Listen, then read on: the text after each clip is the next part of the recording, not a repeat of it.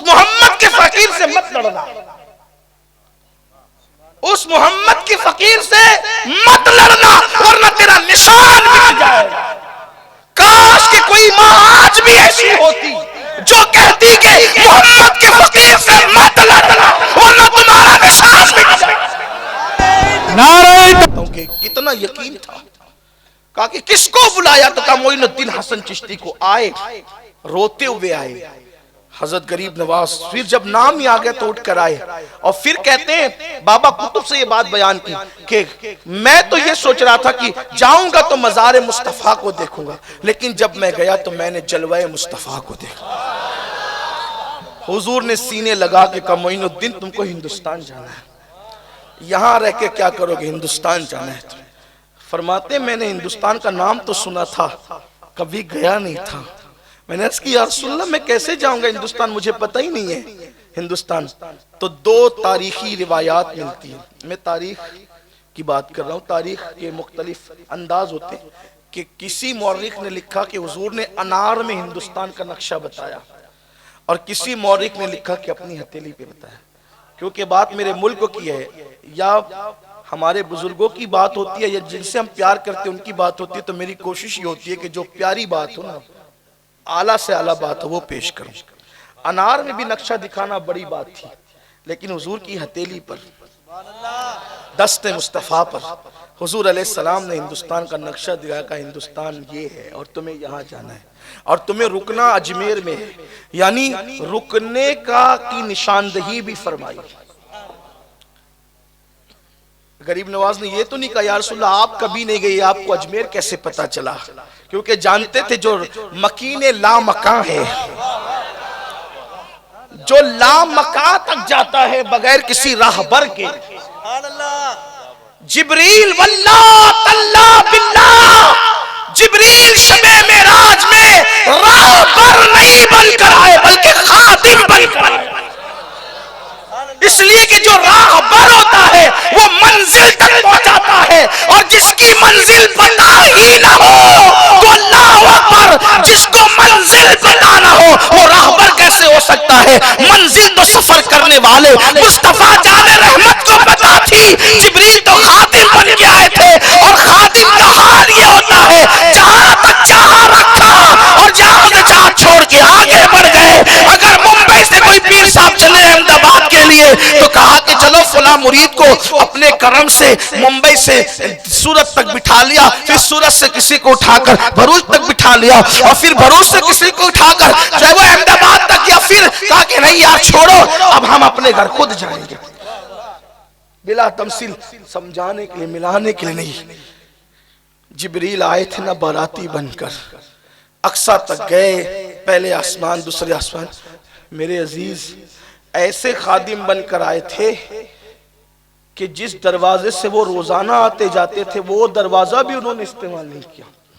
हाँ, जो एक अलग दरवाजा था, क्योंकि आसमान में कई दरवाजे, और कुदरत को क्या यकताई मंजूर है अपने महबूब की, क्या शान यकताई मंजूर है। दस्तक दी जिब्रील ने, दरवाजा खोलने वाला कौन था, कोई फरिश्ता ही था ना। कौन था, कौन था भाई, फरिश्ता था। पूछा कौन का, जिब्रील। सरदार का नाम सुनना था तो क्या करना था, खोल देना था ना। सदर मुदर्रिस मदरसे में आ गया, बेटे दरवाजा खोलो, तो कहा कौन है, का सदर मुदर्रिस हूँ या मदरसे का चीफ ट्रस्टी हूँ, तो खोल देना चाहिए दरवाजा। का कोई साथ में और भी है, अरे सरदार का नाम सुन के दरवाजा खुलना था, खुला नहीं। का कोई और भी है, कहा हाँ हुजूर है मोहम्मदुर रसूलुल्लाह। फिर सवाल हुआ आए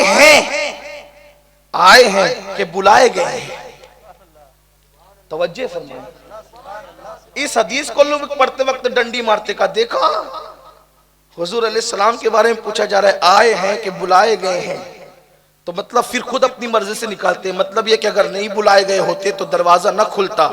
अरे तू नादान है, इस तरीके की बकवास तू करता है, तेरे दिल में इश्क की शमा नहीं। हम आशिकों से पूछ, फरिश्ता इख्तियाराते मुस्तफा को बयान कर रहा है, आए हैं कि ला बुलाए गए हैं, यानी कि बुलाने में उनका एजाज है, और चाहे तो खुद से आ भी सकते हैं, ये अल्लाह ने उनको इख्तियार दे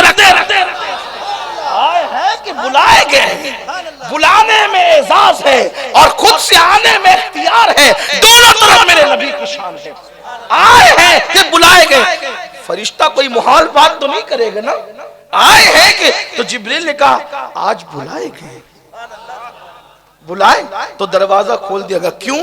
जिब्रील से इतना पूछने के बाद क्यों? इसलिए कि जिब्रील के लिए दरवाजे अलग थे और हुजूर के लिए अलग। वो दरवाजा उसी वक्त खुला जब महबूब गए। महबूब के सिवा फिर किसी के लिए नहीं खुला। बताया जा रहा है प्यारे तुझे इतना प्यार करते हैं कि तेरे लिए रास्ते भी अलग बनाते हैं। जिस राह से तू आए उस राह से कोई और ना आ सके। जिसके लिए रास्तों में यूं यकताई हो उसके लिए मर्तबों में कितनी यकताई होगी। बेचारा इंसान कहता है मैं नबी की तरह।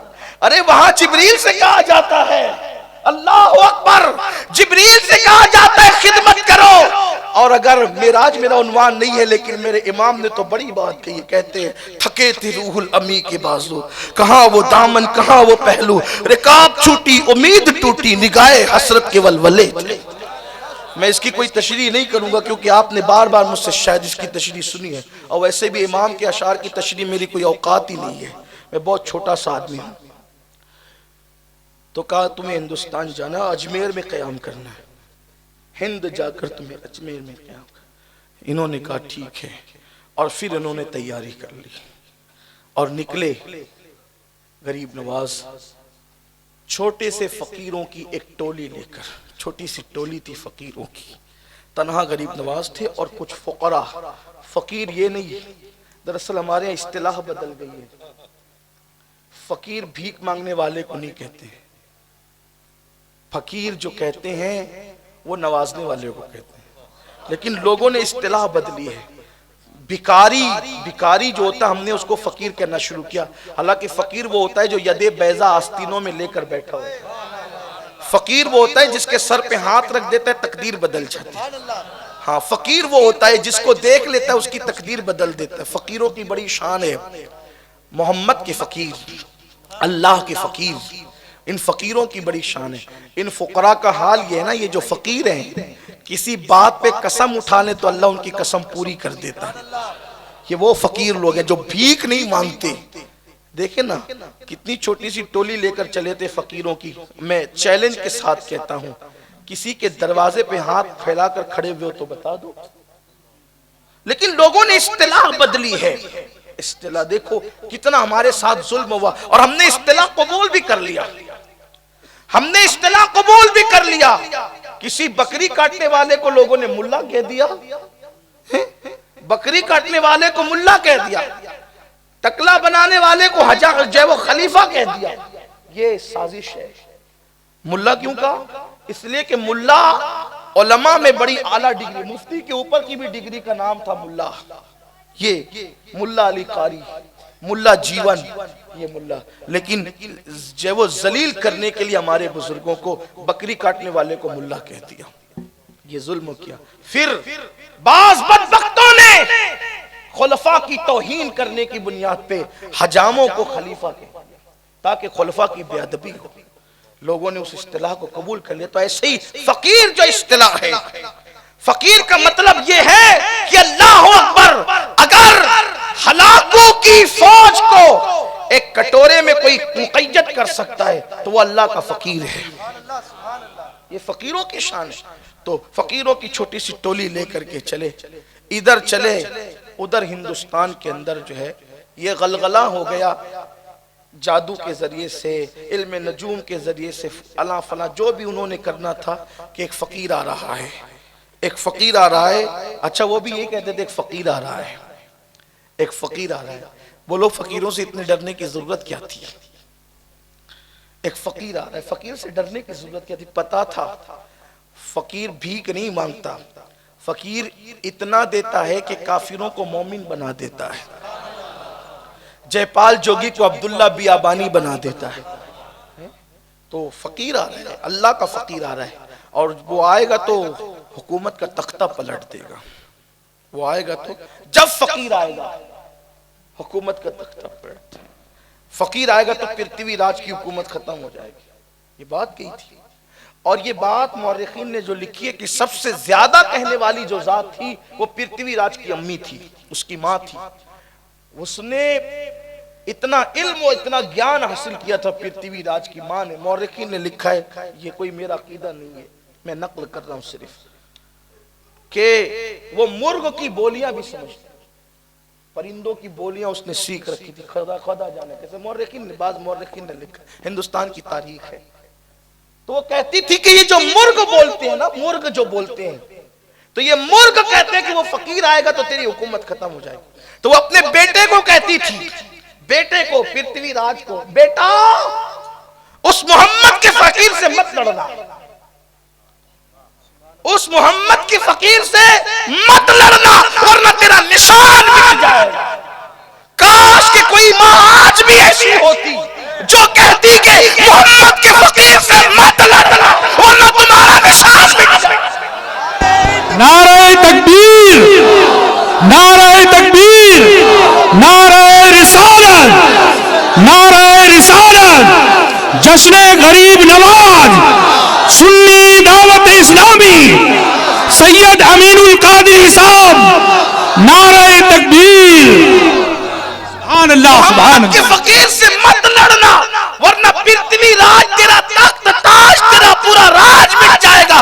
पृथ्वीराज का हाल ये था, वो अखंड भारत का सम्राट था, अखंड भारत का सम्राट था पृथ्वीराज। और फिर उसने मां के कहने पर उसकी मां ने और जादूगरों ने होलिया भी बयान किया, होलिये से तस्वीरें बनाई, कहा ये मुसलमान कहीं भी आए ना, इसको कत्ल कर देना, इसको मार डालना। अब मैं बहुत लंबी नहीं कर सकता क्योंकि मुझे जो टाइम दिया गया था बस वो पूरा हो रहा है, बात समेट लो अपनी। अच्छा,